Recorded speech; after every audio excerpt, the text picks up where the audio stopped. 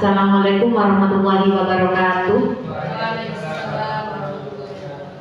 Alhamdulillahirabbil alamin. Bapak Ibu semuanya beserta Ibu Kepala Sekolah, hari ini kita dapat berkumpul di ruangan ini dalam keadaan sehat, tidak kurang suatu apapun, dalam rangka diseminasi pemahaman dan penerapan pengalaman budaya positif yang nanti akan disampaikan oleh Ibu Lailatul Maghfirah SPD. Sholawat dan salam senantiasa kita persembahkan kepada Nabi besar Muhammad SAW yang telah membawa kita dari zaman jahiliyah ke zaman seperti sekarang ini. Acara pertama adalah sambutan dari Ibu Kepala SD Negeri Mangunharjo 4. Kepada beliau dipersilakan.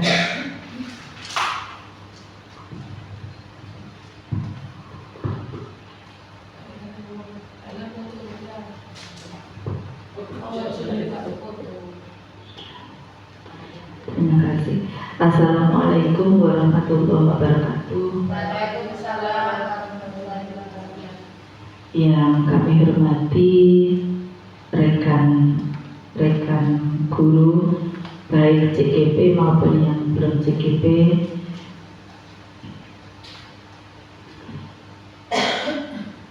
syukur alhamdulillah hari ini kita bisa mengikuti kegiatan diseminasi yang dilaksanakan oleh Bu Laili yang pertama kali di sekolah kita. Sholawat dan salam tetap kita limpahkan kepada junjungan kita Nabi Agung Muhammad SAW. Bapak Ibu yang kami hormati, diseminasi itu mempunyai tujuan untuk menyebarkan informasi, pengetahuan atau hasil penelitian kepada khalayak ramai. Dan ini adalah khalayak ramai yang nantinya panjenengan semua akan mengetahui apa yang disampaikan oleh Bu Laili sebagai CGP. Mungkin dalam kegiatannya ataupun dalam penelitiannya menemukan ide baru atau masalah yang nanti akan bisa dicarikan solusi bersama. Jadi saya harap Bapak Ibu semua bisa memanfaatkan waktu dan kegiatan ini dengan sebaik-baiknya sehingga Bapak dan Ibu guru yang lain bisa mengikuti jejak CGP ini untuk kedepannya. Mudah-mudahan ilmu yang kita dapatkan hari ini bisa bermanfaat bagi kita semua, khususnya dan umumnya untuk semua pendidikan yang ada di Indonesia. Itu saja yang bisa saya sampaikan. Mohon maaf apabila ada kurangnya. Akhir kata, wassalamualaikum warahmatullahi wabarakatuh. Waalaikumsalam warahmatullahi wabarakatuh.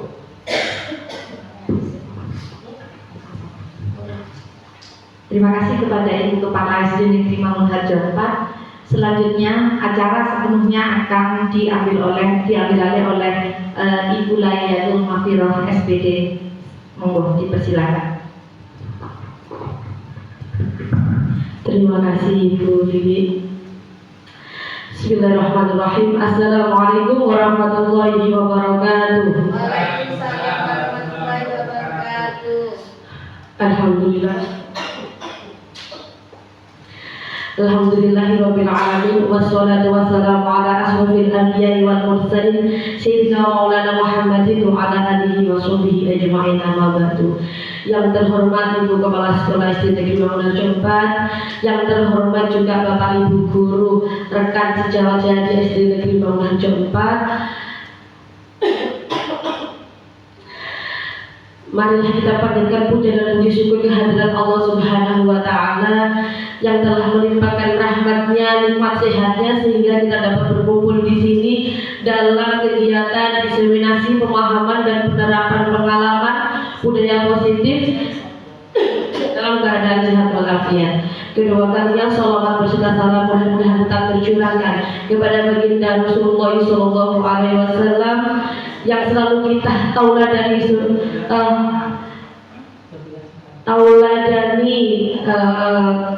kegiatannya dan namun kita harapkan syafaatnya supaya kita dapat bersama-sama dengan baginda menuju ke surganya Allah Shallallahu Alaihi Wasallam. Amin. Yang ketiga di sini saya mengucapkan terima kasih kepada Bapak Ibu semua yang sudah berkenan untuk hadir di acara pada hari ini. Langsung saja Bapak Ibu, karena kita di sini akan diseminasi pemahaman dan penerapan pengalaman positif. Kalau positif itu kan cenderung ke senang-senang. Jadi untuk memulainya dulu, saya seperti biasa mengajak Bapak Ibu semua untuk senang-senang dulu. Mari kita ice breaking bersama ya. Mari Bapak Ibu kita bersenang-senang dulu ya, ice breaking bersama ya. Mari minta tolong untuk berdiri.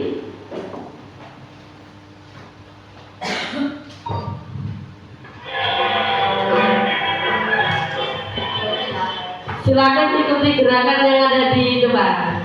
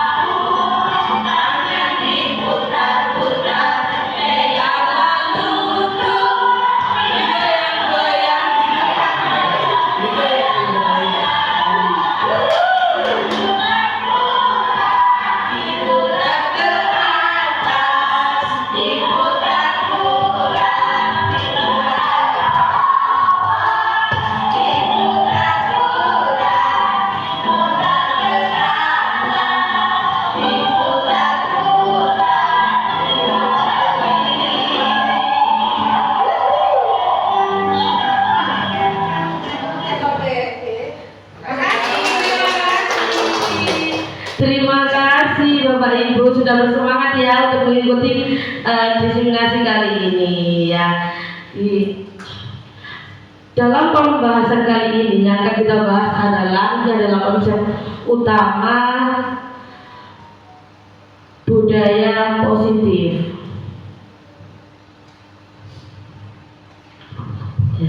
Yaitu yang pertama adalah perubahan paradigma belajar disiplin positif dan nilai-nilai kebajikan, teori motivasi dan motivasi hukuman dan penghargaan restitusi keyakinan kelas, kebutuhan dasar manusia dan dunia berkualitas, restitusi 5 posisi kontrol dan restitusi segitiga restitusi.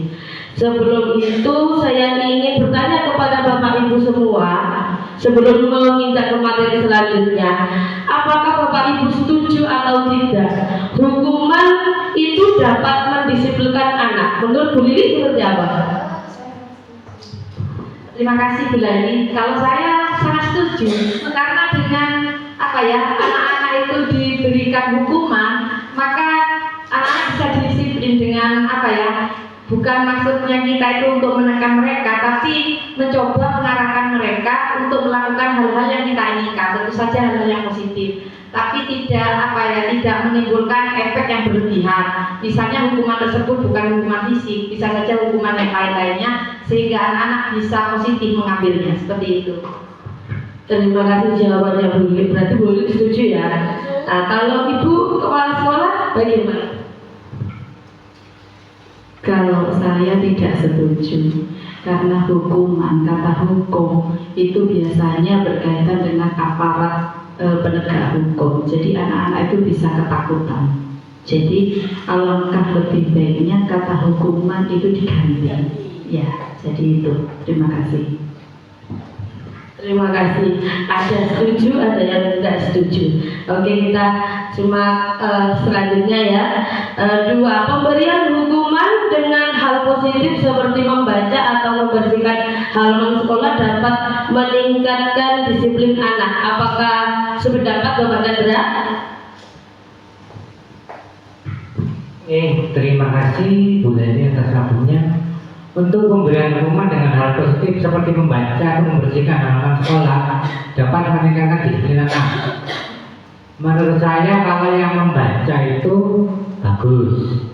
Takutnya kalau meningkatkan disiplin anak, membersihkan halaman sekolah itu jangan pakai apa dulu. Dia punya masalah mungkin apa, anaknya nakal atau bagaimana, kan konsekuensinya apa. Apa yang dia lakukan?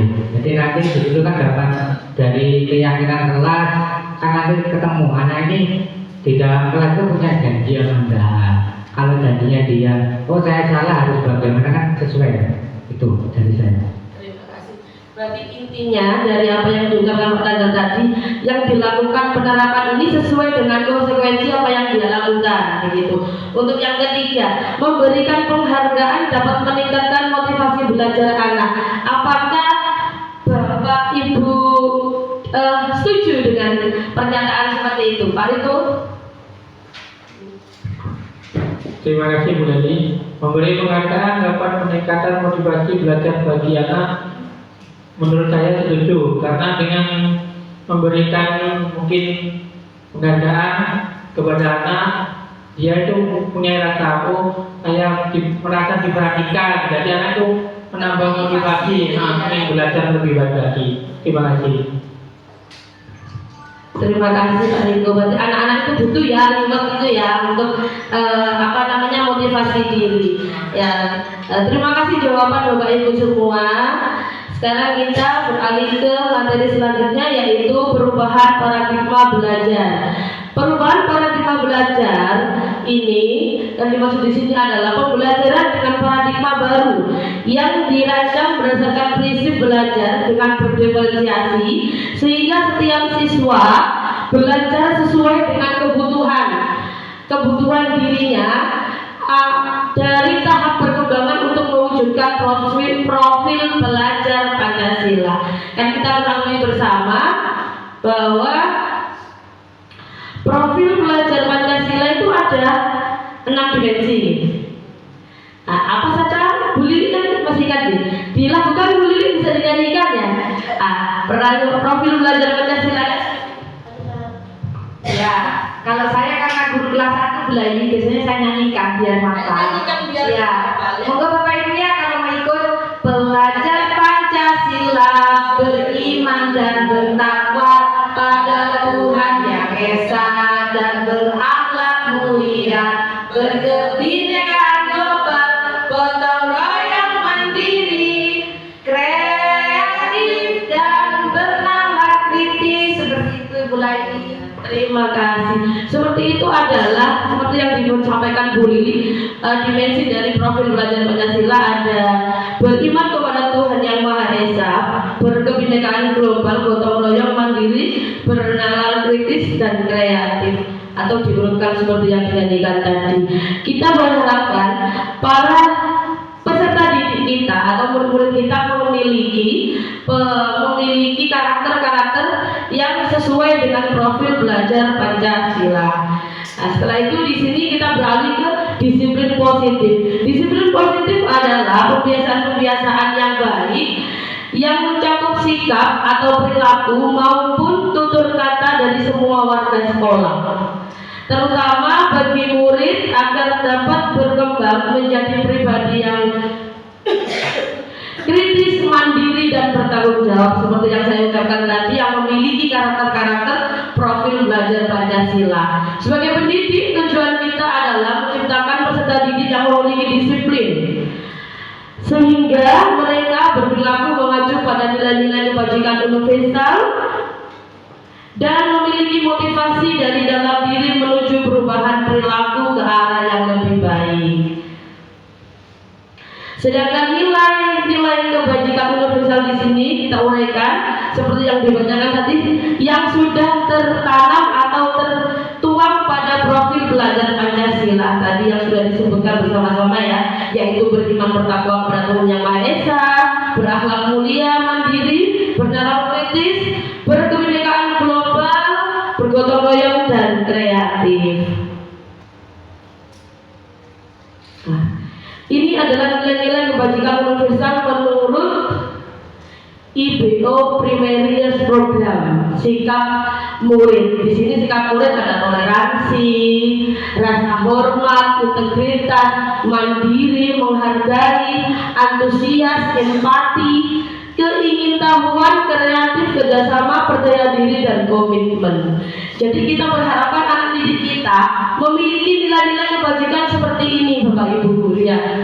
Jadi anak-anak kita memiliki rasa-rasa yang diharapkan yang seperti ini, seperti toleransi, rasa hormat, dan lain-lain. Yang ketiga yaitu motivasi perilaku manusia. Cuma sebelum kita ke perilaku manusia ini, saya ingin Bapak Ibu mencontohkan kalimat atau budaya positif yang menurut Bapak Ibu yang sudah terjadi di sekitar kita. Menurut Bu Lili, budaya positif atau Budaya positif itu seperti ini Kak Lili, jangan membuang sampah sembarangan. iya, tapi kita rubah kata-katanya itu menjadi Buanglah sampah pada tempatnya, gitu ya. selain itu mungkin itu mengacu kepada sikap apa Bu Lili? Kalau buanglah sampah pada tempatnya Ya. itu mengacu ke nilai kebajikan yang sifatnya apa? Nggak tahu. Tuh, yo ya Masuk itu. ke tanggung jawab kah, kebersihan Ya tanggung jawab karena disiplin kah, gitu. tanggung jawab masuk, kemudian disiplin masuk juga dengan komitmen kita ketika kita masuk ke dalam suatu lingkungan sekolah kita ya, terutama di SD Mangungan Jombang kan harus menyepakati apa yang ada di sini seperti itu. Gitu. Selain itu, Pak Riko mungkin ada budaya positif atau kebiasaan positif yang sudah diterapkan di kelasnya Pak Riko, masuk ke kriteria nilai kebajikan apa dan budaya positif seperti apa? Budaya positifnya kalau di kelas saya itu menghargai di setiap pembelajaran. Jadi diganti, tidak membuat gaduh. Nah, di positifnya menghargai guru atau teman ketika melakukan diskusi seperti itu kelompok. Jadi nilainya mungkin menghargai itu bisa sama Masuk yang toleransi bisa. Terima kasih. Terima kasih Pak Riko. Kalau Ibu Lydia di kelasnya Ibu Lydia, apakah di kelasnya Ibu Lydia sudah menerapkan budaya positif? Terus masuk ke dalam segi apa Bu Lydia?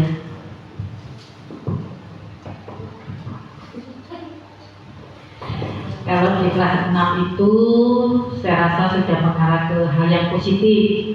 Contohnya disiplin yang pertama ya. Awal masuk kelas anak-anak berdoa, disilakan untuk mengikuti berdoa bersama, kemudian mempersiapkan diri dan apa namanya itu? Ice drinking dulu itu. Terima kasih. Terima kasih Bu Lydia. Bu Lydia sudah menerapkan ya nilai-nilai kebajikan universal pada kelasnya. Kita masuk selanjutnya yaitu 3 motivasi perilaku manusia. Orang-orang atau manusia itu melakukan suatu aktivitasnya itu memiliki motif. Ya, motif ini diantaranya yaitu 1, untuk menghindari ketidaknyamanan atau hukuman. Kadang-kadang itu kan ada orang yang melakukan sesuatu itu hanya untuk menghindari agar tidak dihukum, agar aku biar tidak seperti itu. Itu untuk yang pertama. Yang kedua, yaitu untuk mendapatkan imbalan atau mendapatkan reward tadi. Kadang-kadang ada yang aku mau ini kan biar dilihat sama bu guru, nanti tak bantu biar aku dapat poin +1 seperti itu. Kadang-kadang seperti itu kan ya Bapak Ibu ya. Itu motif dari perilaku manusia menurut Diana Gersen dalam bukunya yang berjudul yang ditulis di situ Restructuring School Discipline ya, menyatakan bahwa 3 motivasi perilaku manusia itu ada itu, dan yang ada untuk menghindari ketidaknyamanan atau hukuman, yang kedua untuk mendapatkan imbalan atau penghargaan dari orang lain. Yang ketiga yaitu untuk menjadi orang yang mereka inginkan. Ini yang kadang-kadang jarang tapi banyak juga yang memilikinya. Untuk menjadi orang yang mereka inginkan dan menghargai diri sendiri. Jadi dia tulus. Saya berangkat pagi bukan gara-gara biar tidak dimarahi, bukan gara-gara biar tidak telat, tapi memang itu adalah dari dirinya. Dari dirinya dia ingin, saya memang harus disiplin, saya memang harus berangkat pagi seperti itu Bapak Ibu ya. Nah, untuk menghindari ketidaknyamanan atau hukuman ini adalah tingkat terendah. Kok dari aku disanksi gitu ya, seperti itu ya kadang-kadang ya. Ini adalah tingkat terendah dari motivasi perilaku manusia. Biasanya orang yang motivasi perilakunya untuk menghindari hukuman atau ketidaknyamanan akan bertanya apa yang akan terjadi apabila saya tidak melakukannya. Dia bertanya-tanya, umpama saya tidak, nanti kalau saya telat saya dapat apa? Nanti kalau saya tidak telat saya dapat apa? Nah, maksudnya untuk menghindari itu, menghindari hukuman. Sebenarnya mereka sedang menghindari permasalahan yang mungkin muncul dan berpengaruh pada mereka secara fisik atau secara psikologis maupun tidak terpenuhnya kebutuhan mereka bila mereka tidak melakukan tindakan tersebut.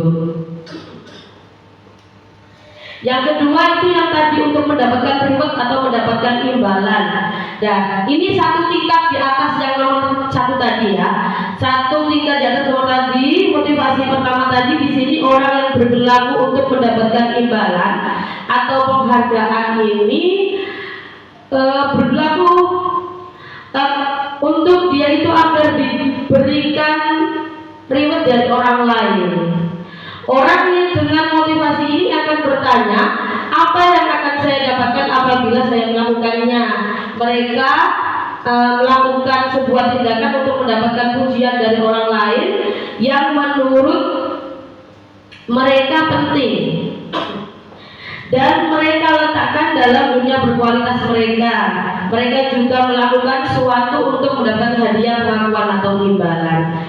Dan yang ketiga yaitu untuk menjadi orang yang mereka inginkan dan menghargai diri sendiri dengan nilai-nilai yang mereka percaya. Dan ini adalah motif perilaku manusia yang ketiga, yaitu dengan dia memotivasi ini akan bertanya akan menjadi orang yang seperti apa nanti kalau dia melakukan itu.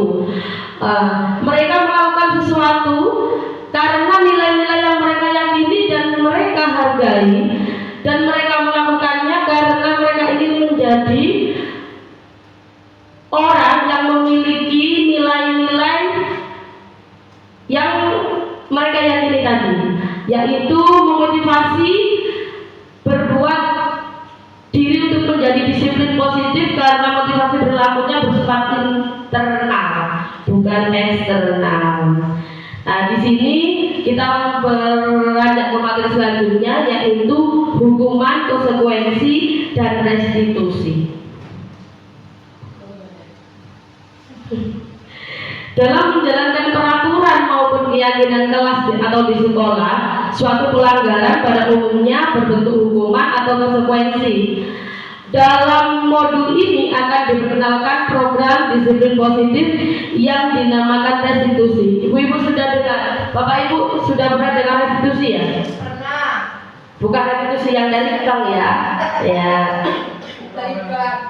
Ya, tahu restitusi ya? Restitusi adalah proses kolaboratif yang mengajarkan murid untuk mencari solusi untuk masalah mereka dan membantu murid berpikir tentang orang seperti apa yang mereka inginkan dan bagaimana mereka harus memperlakukan orang lain. Misalnya dimaksud restitusi di sini restitusi seperti itu, Bu Lili, restitusi dalam menghadapi masalah. Ya, nah di sini saya berikan contoh sedikit ya, perbedaan antara hukuman dan konsekuensi seperti yang saya tanyakan di awal tadi. Nah, jika mencatat 10 kali di dalam buku, kemudian suruh menulis kalimat, saya tidak akan terlambat lagi karena apa? Saya tidak akan terlambat lagi. Ucapan seperti ini kadang-kadang ada kan, anak-anak itu disuruh menulis di dalam bukunya sebanyak 100 kali bahwa saya tidak akan terlambat lagi. Menurut Bapak Ibu semua, yang nomor 1 termasuk hukuman apa konsekuensi? Hukuman. Kalau Pak Riko? Hukuman. Ibu Vila, Wajah Vila? Yang nomor 1 termasuk hukuman apa konsekuensi? Konsekuensi. Termasuk konsekuensi. Berikan alasannya Bu. Kenapa itu kok termasuk konsekuensi?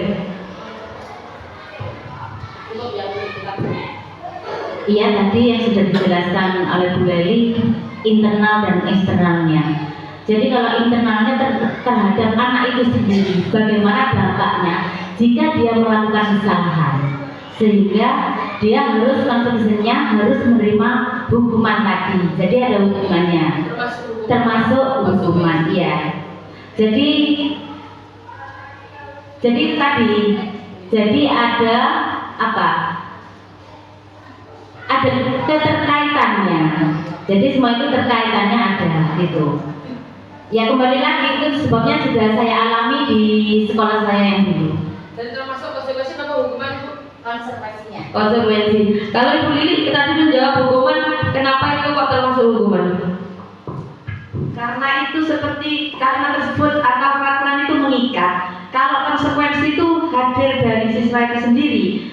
Lek aku telat, aku mesti digegeri guru. Kalau aku terlambat, mesti pintu gerbang sudah ditutup. Itu kan konsekuensi datang dari diri kita sendiri. Menurut saya begitu. Kalau itu kan kita yang nyuruh. Ayo anak mencatat 100 kali saya tidak datang terlambat. Nah itu karena kalau hukuman itu datangnya dari yang memberi hukuman tadi, dari guru. Kayak gitu Bu Leli kata saya. Karena ini memang sudah menjadi sebuah apa ya, anak itu langsung ditulis sekarang kamu telat, kamu disuruh nulis ya, seperti itu. Kita lihat jawabannya nanti ya, betul apa salah kita kunci. Ada yang bilang konsekuensi, ada yang bilang hukuman. Lari kedua. Lari mengelilingi lapangan basket 2 kali karena terlambat hadir di sekolah, termasuk hukuman apa konsekuensi? Hukuman ya. Ya, kita lanjut yang ketiga. Murid diminta untuk push up 15 kali karena tidak menggunakan masker ke sekolah. Hukuman. Betul Bu, hukuman. Ini. Next. Mengganti kertas tugas teman yang telah dicoret-coret. Dia merasa sudah mencoret-coret temannya, tapi dia mengganti. Masuk ke konsekuensi apa hukuman? Konsekuensi, karena dia merasa bahwa dia sudah mencoret-coret buku temannya. Dia merasa bertanggung jawab. Akhirnya dia mengganti buku tersebut. Yang ke membersihkan tumpahan air di meja tulis karena kesenggol pada saat belajar. Hukuman apa konsekuensi? Konsekuensi. Kita lihat.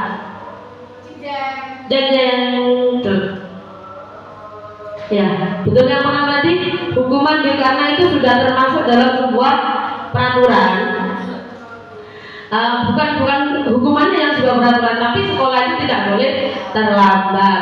Yang kedua hukuman juga. Yang ketiga hukuman. Yang keempat konsekuensi. Yang kelima konsekuensi. Dan yang keenam hukuman, dan yang terakhir juga konsekuensi. Nah, ini diuraikan bahwa hukuman, konsekuensi, dan restitusi. Hukuman digunakan untuk menegakkan keadilan. Ya, konsekuensi yang logis akan membantu siswa untuk belajar dari tindakan mereka sendiri. Sedangkan restitusi dapat memperkuat nilai tanggung jawab serta pemulihannya. Di sini ada tabel ini identitas gagal, satunya identitas sukses. Maksudnya di sini mungkin konsepsi itu ya, dari hukuman itu dapat menimbulkan sesuatu yang menyakitkan yang harus terjadi. 2. Ketidaknyamanan untuk murid atau anak dalam jangka waktu yang panjang, seperti yang dikatakan Bu Eka tadi tidak setuju dengan kata-kata hukuman, takutnya nanti membekas dalam diri siswa itu. Terus yang ketiga yaitu korban mendapatkan keadilan. Yang keempat, yang ketiga, yang keempat yaitu murid atau anak akan tersakiti. Sedangkan di situ jika kita menggantinya dengan restitusi dan konsekuensi, yang pertama konsekuensi itu suatu saat harus terjadi. Tidakkan di restitusinya, restitusi merupakan pilihan. Jadi anak-anak memilih pilihan melakukan atau tidak. Itu adalah konsekuensi yang akan dia pilih. Yang kedua, tidak nyaman untuk murid atau anak untuk jangka waktu yang pendek. Karena kan dia sudah mengetahui apa yang akan terjadi pada dia kalau dia itu konsekuensi atau tidak. Kalau kita menerapkan restitusi bisa menguatkan anak dalam jangka waktu yang panjang. Kalau kita itu menerapkannya dengan jalan restitusi tadi. Untuk yang ketiga, korban bisa diabaikan. Kalau restitusi, korban dapat mendapatkan ganti. Yang keempat, murid atau anak dibuat tidak nyaman. Kalau kita menjalankannya dengan jalan restitusi, murid atau anak mendapatkan penguatan. Nah, dalam hal ini tadi Ibu, dalam penerapan budaya positif yang sudah saya terapkan, saya itu mencoba untuk menerapkan keyakinan yang ada di kelas, keyakinan kelas. Mengapa keyakinan kelas? Mengapa tidak peraturan kelas? Ya, seperti itu ya Bu. Mengapa kok tidak peraturan kelas? Kok harus keyakinan kelas? Nah, keyakinan kelas dapat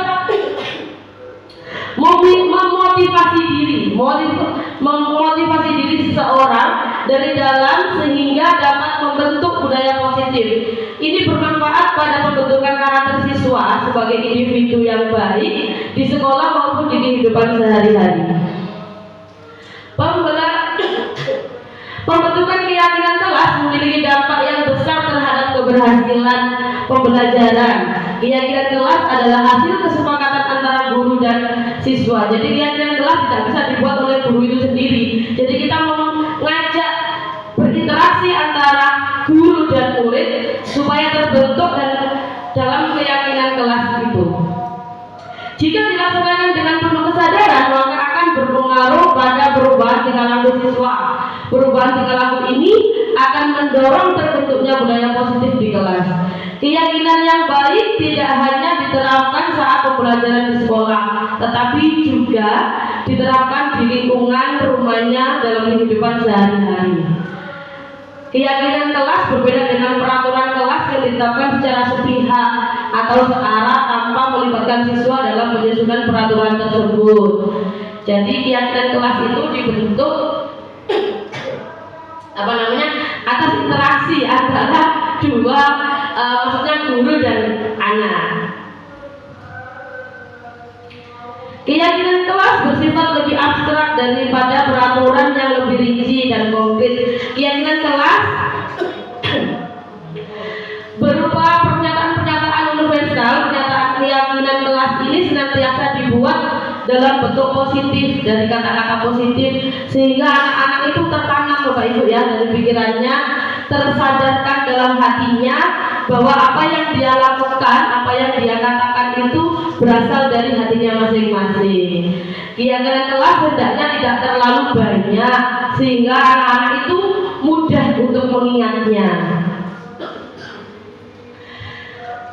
Dan keyakinan kelas sebaiknya dapat diterapkan di lingkungan tersebut. Semua warga kelas hendaknya ikut berkontribusi dalam pembuatan keyakinan kelas lewat kegiatan curah pendapat dan bersedia meninjau kembali keyakinan kelas dalam waktu ke waktu.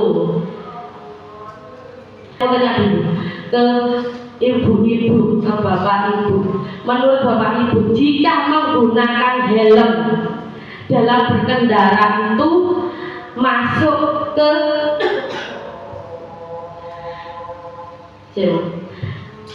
peraturan atau keyakinan yang ada di dalam diri ibu ini menggunakan helm pada saat berkendara? Kadang-kadang ada orang, aku tidak pakai helm. Kalau menurut saya itu keyakinan, karena kita kan terlepas dari peraturan yang sudah ada, takutnya ketika di jalan kita terjadi kecelakaan, kemudian kepala kita benjol, nah seperti itu. Jadi keyakinan kita untuk keselamatan diri kita, itu saja. Berarti untuk biar Kita selamat ya, bukan gara-gara aku mau pakai helm biar tidak ditilang. Seperti itu kadang-kadang ada kan, Bapak Ibu ya, kadang-kadang ada itu masyarakat yang iya pakai helm biar tidak ditilang Pak polisi, seperti itu. Berarti itu sudah muncul dalam dirinya bahwa dia memiliki keyakinan atau kesadaran yang harus diterapkan pada dirinya. Nah, sedang kalau menggunakan masker kan sama saja ya Bu, menggunakan masker dalam berkendara atau sekarang saya tidak bawa, tidak pakai, itu untuk keselamatan dalam diri masing-masing. Saya lanjutkan, nilai-nilai keselamatan atau kesehatan ini yang kita sebut sebagai suatu keyakinan. Yang tadi itu yang maksud saya kesadaran dalam diri itu ya, yaitu nilai-nilai kebajikan universal yang disepakati secara tersirat dan tersurat. Kalau kita sudah sepakat, kita sudah tampung idenya pendapat anak-anak itu, anak-anak sudah diberi kebebasan untuk memberikan keyakinan kelas atau keyakinan yang ada dalam dirinya, kita rangkai dalam sebagai kita bukukan supaya anak-anak bisa mengingatnya. Kesepakatan secara tersirat dan tersurat terlepas dari latar belakang suku, negara, bangsa maupun agama. Menurut Gersen pada tahun 1998, suatu keyakinan akan lebih memotivasi seseorang dari dalam intrinsik, ya, dari dalam diri maksudnya ya, itu yang pilih ya. Ya, seseorang akan lebih tergerak dan bersemangat untuk menjalankan keyakinannya daripada hanya sekedar mengikuti serangkaian peraturan-peraturan. Kalau itu dari diri anak itu sendiri, anak itu lebih semangat atau lebih termotivasi untuk melakukannya.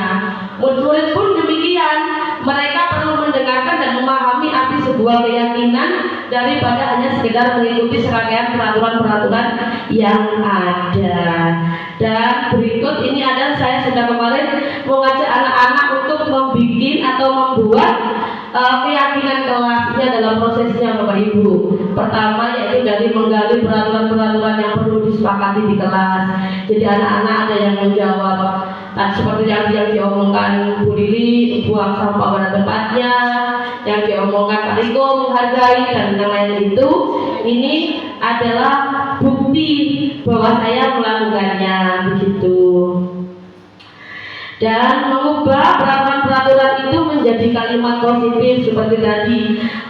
Seperti yang tadi Bu Lili bilang, jangan buang sampah, dirubah menjadi buanglah sampah pada tempatnya. Tadi Pak Riko menyampaikan kalimat apa? Jangan gaduh ya, jangan dilarang gaduh atau jangan gaduh pada saat pembelajaran, diganti menjadi apa tadi? Lebih menghargai orang lain. Kalau contohnya mungkin Pak Chandra akan mencontohkan lagi dari kalimat-kalimat tadi itu Pak, mengubah peraturan menjadi kalimat positif. Di kelasnya Pak Chandra Pak.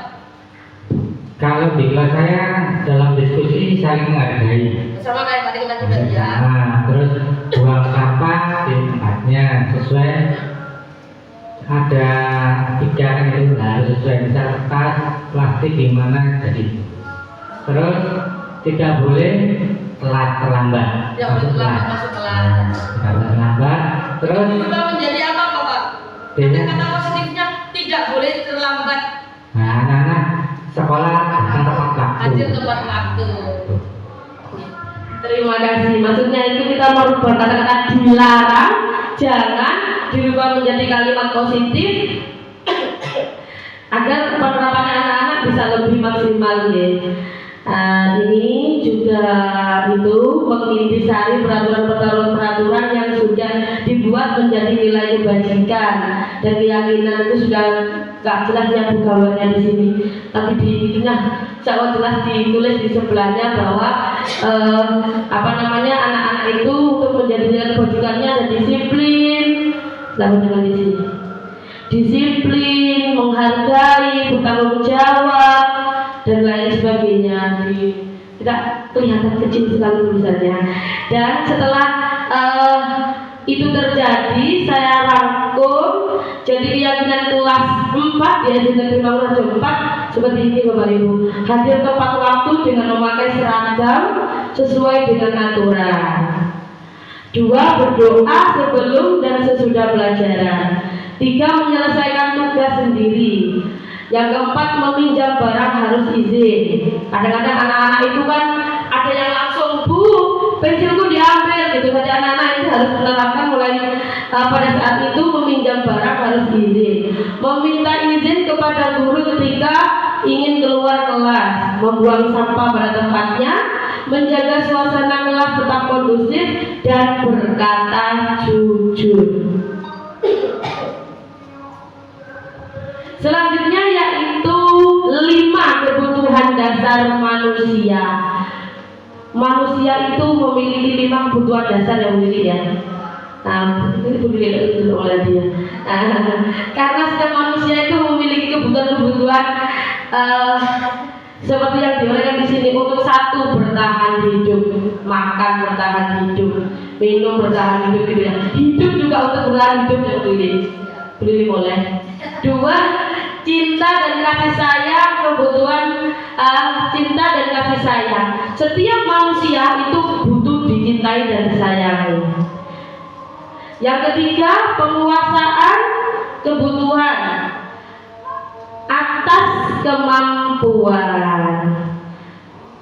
Yang dimaksud ke penguasaan kebutuhan atas kemampuan itu seperti apa, Bu?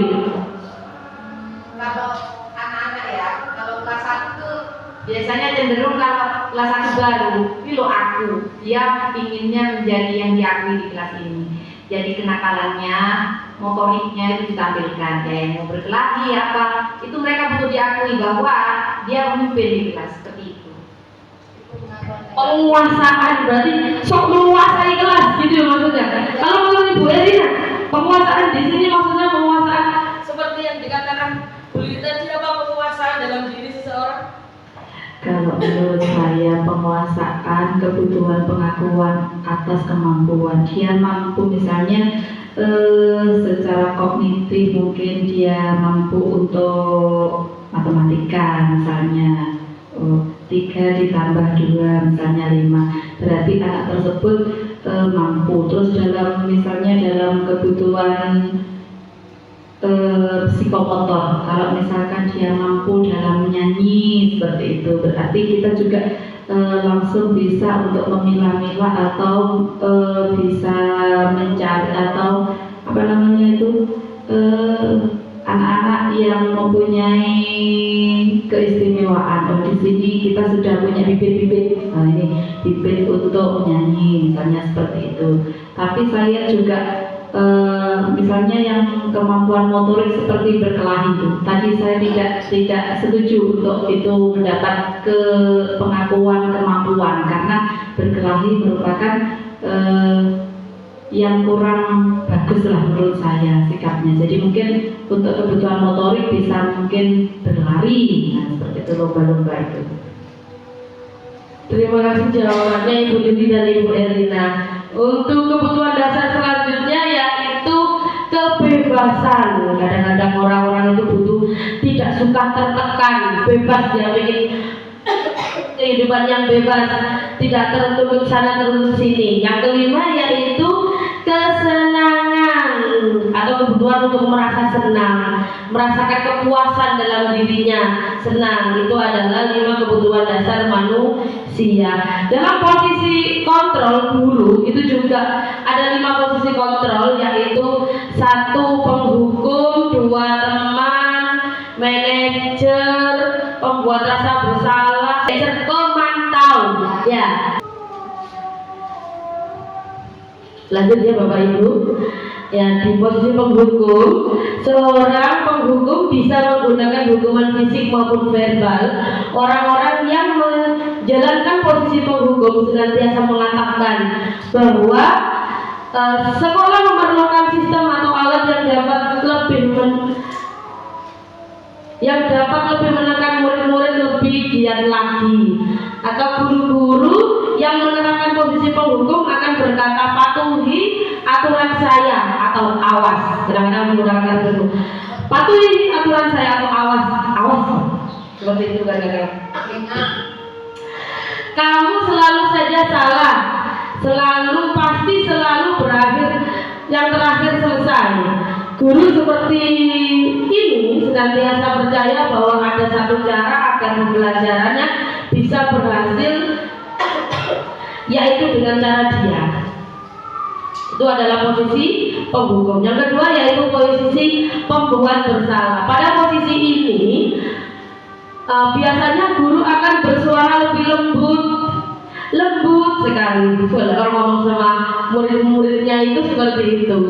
Ya, tapi lembutnya bukan karena lembut nadanya, tapi dia itu merasa bersalah. Pembuat rasa bersalah akan menggunakan keheningan yang membuat orang lain merasa tidak nyaman, bersalah atau rendah diri. Kata-kata yang dikeluarkannya dengan lembut akan seperti, ibu sangat kecewa sekali dengan kamu. Kata-katanya seperti itu ya.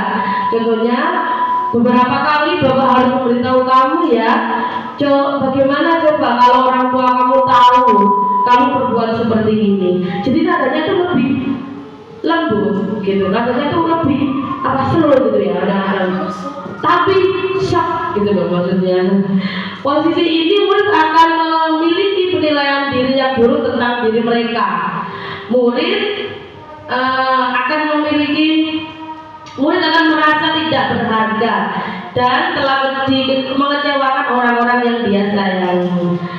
Yang selanjutnya adalah posisi teman. Pada posisi ini tidak akan menyakiti murid, namun akan tetap berupaya mengontrol murid melalui persuasi. Posisi teman pada guru bisa negatif ataupun positif, tergantung dari sudut pandangnya dia masing-masing ya. Di sini berupa hubungan baik yang terjalin antara guru dan murid. Guru di posisi teman menggunakan hubungan baik dan humor untuk mempengaruhi seseorang. Jadi mereka akan berkata, ayo bantulah demi Bapak ya, seperti itu kata-katanya. Ayo ingat, kamu ingat tidak bantuan dari Bapak selama ini? Ya sudah, kali ini tidak apa-apa, nanti Ibu bantu bereskan. Itu yang contoh diucapkan bahwa guru itu adalah sebagai teman. Dan hal negatif dari posisi teman, apabila suatu saat guru tersebut tidak membantu muridnya, maka murid akan kecewa dan berkata, saya pikir Bapak atau Ibu ini adalah teman saya, akan berbicara seperti itu dia nantinya.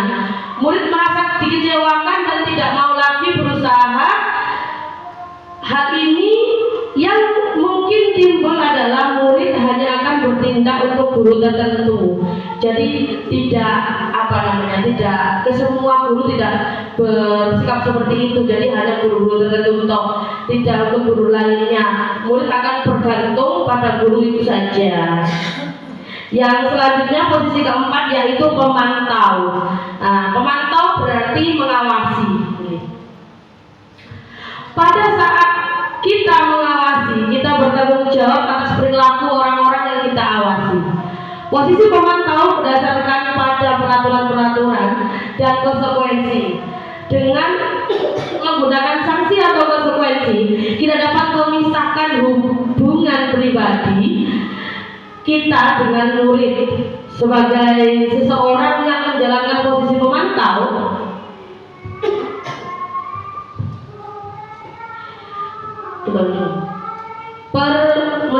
maksudnya dari segi pemantau tadi ya Bapak Ibu ya,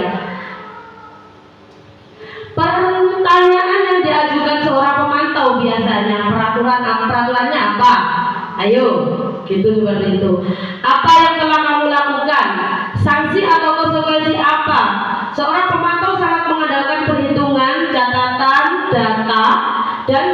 digunakan sebagai bukti atas perilaku seseorang. Posisi ini akan menggunakan stiker, biasanya kadang-kadang seperti itu, slip catatan, daftar cek. Posisi pemantau sendiri berawal dari teori stimulus respon yang menunjukkan tanggung jawab guru dalam mengontrol siswa. Dan posisi yang terakhir adalah manajer. Kalau menurut saya posisi manajer ini yang lebih cocok, ya Bu ya. Nah, manajer adalah posisi di mana guru berbuat sesuatu bersama dengan murid. Ada kolaborasi. Nah, mempersilahkan murid bertanggung jawab atas perilakunya.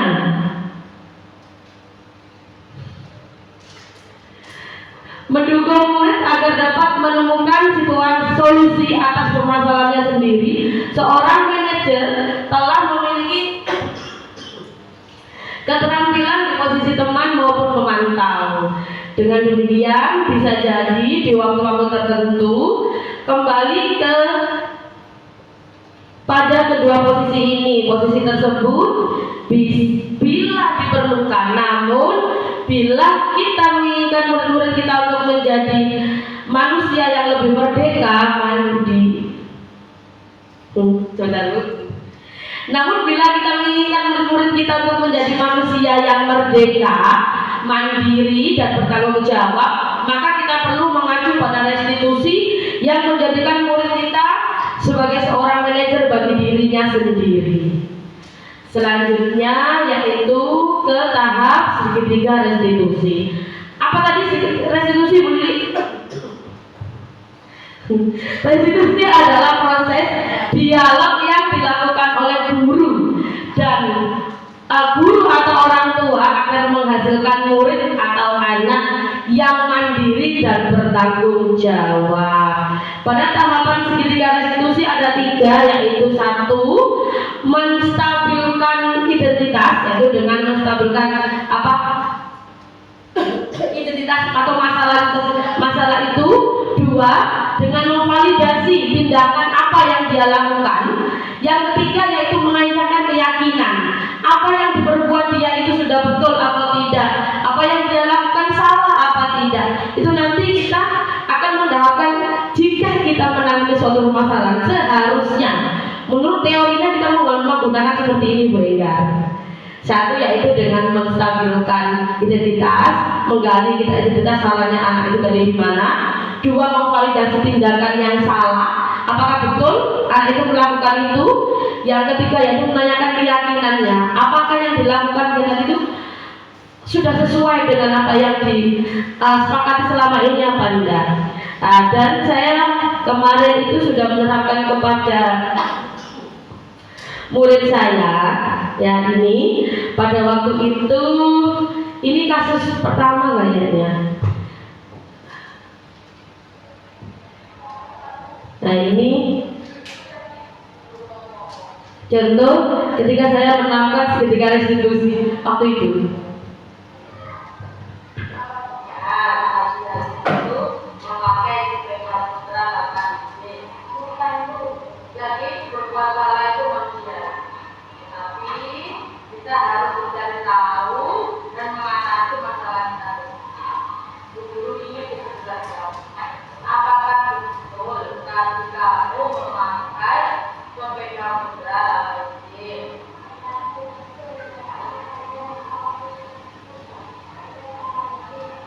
Jadi mendingan kesepakatan keluarga diberikan kepada bersama. Iya, Bu, tidak boleh memakai barang orang ini. Jadi, apakah kamu tahu bahwa perbuatan kita adalah kekalian? Ya, Bu. Apakah kamu ingin memperbaiki hal tersebut? Ya, Bu. Menurut kamu, apa keyakinanmu untuk memperbaiki hal tersebut?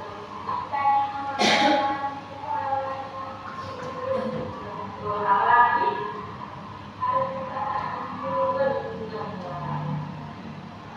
Oke, kapan kira-kira kamu akan memulai menerapkannya? Sekarang, Bu. Betul ya, mulai dari ini. Mulai dari guru harap kamu sudah memperbaiki kesalahanmu, dan mulai hari ini kamu bisa mengeluarkan keyakinanmu tentang kesepakatan yang sudah kamu ciptakan.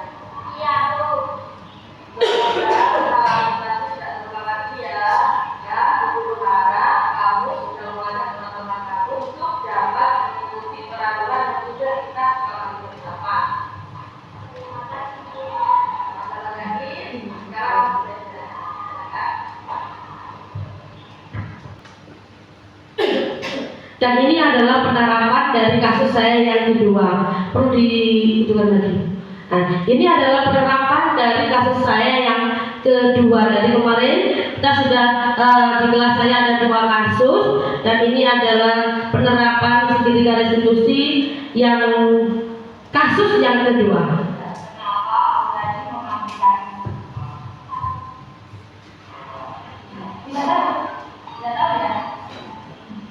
Yakin pada saat ulangan sekolah, ulangan kita, misalnya melihat yakin itu nengok atau lihat jawaban atau ulangan tidak benar.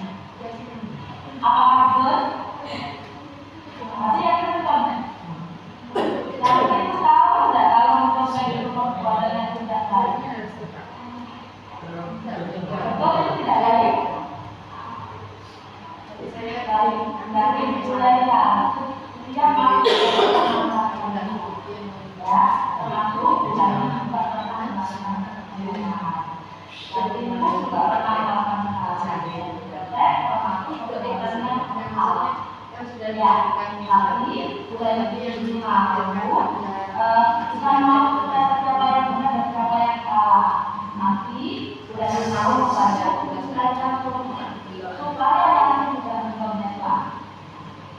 Ya, apakah yang punya alasan kenapa yakin memperoleh tadi? Kamu malah tidak belajar. Kenapa? Kamu main HP, kamu belajar. Tapi malah kamu tidak belajar, kamu main HP. Akhirnya kamu tidak belajar. Tidak. Yakin kamu belajar dengan prinsip dan juga kamu sama.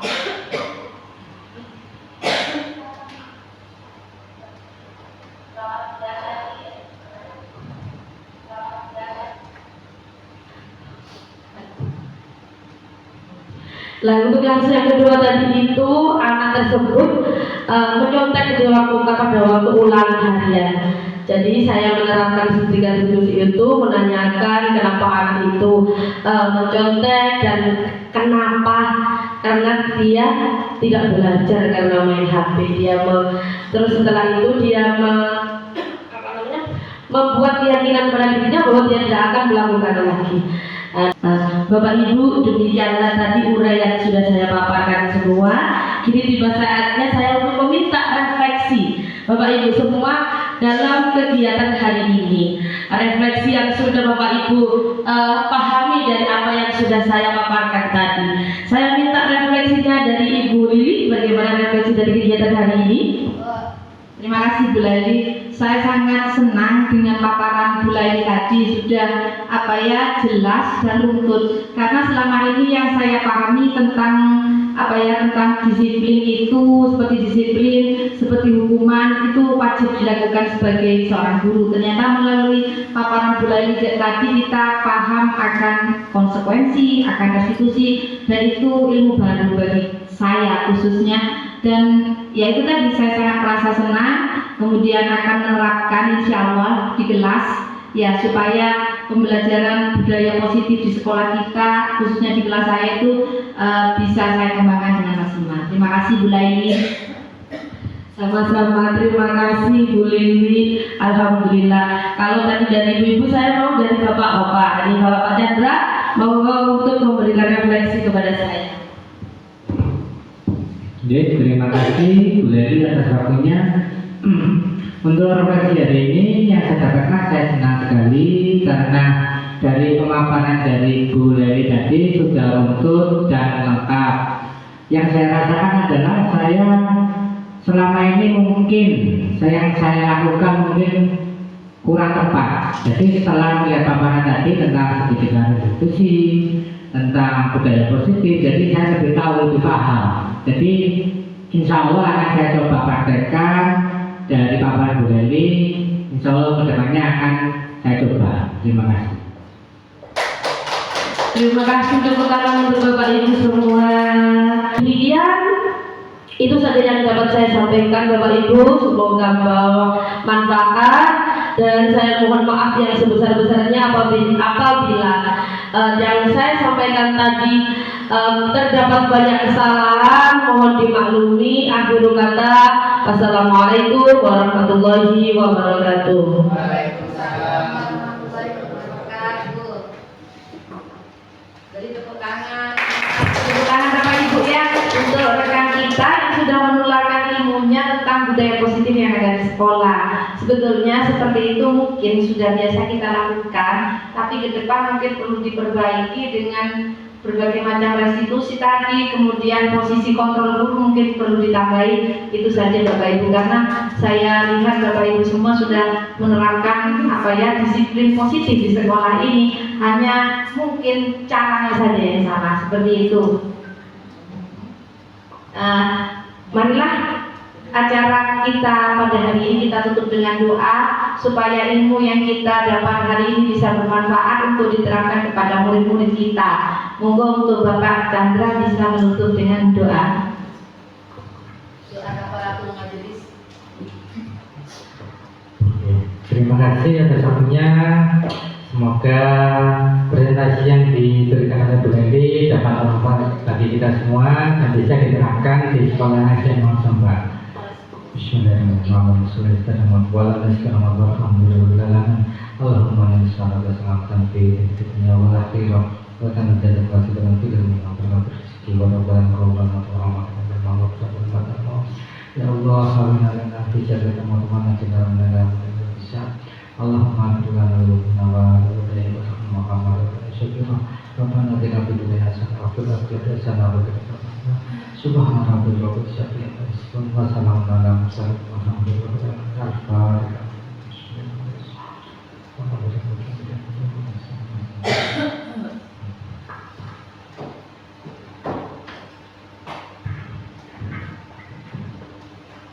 Terima kasih kepada Bapak Chandra yang telah berkenan menutup kegiatan hari ini dengan doa. Sekali lagi saya membawa acara, apabila ada salah kata mohon dimaafkan.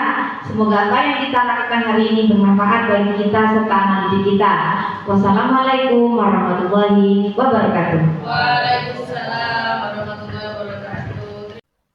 Demikian video aksi nyata modul 1.4 budaya positif. Berikut slide presentasi yang sudah saya paparkan, semoga dapat membawa manfaat. Terima kasih sudah menonton video ini. Jadilah guru penggerak yang tergerak, bergerak dan menggerakkan. Salam dan bahagia Bapak Ibu guru sekalian. Wassalamualaikum warahmatullahi wabarakatuh.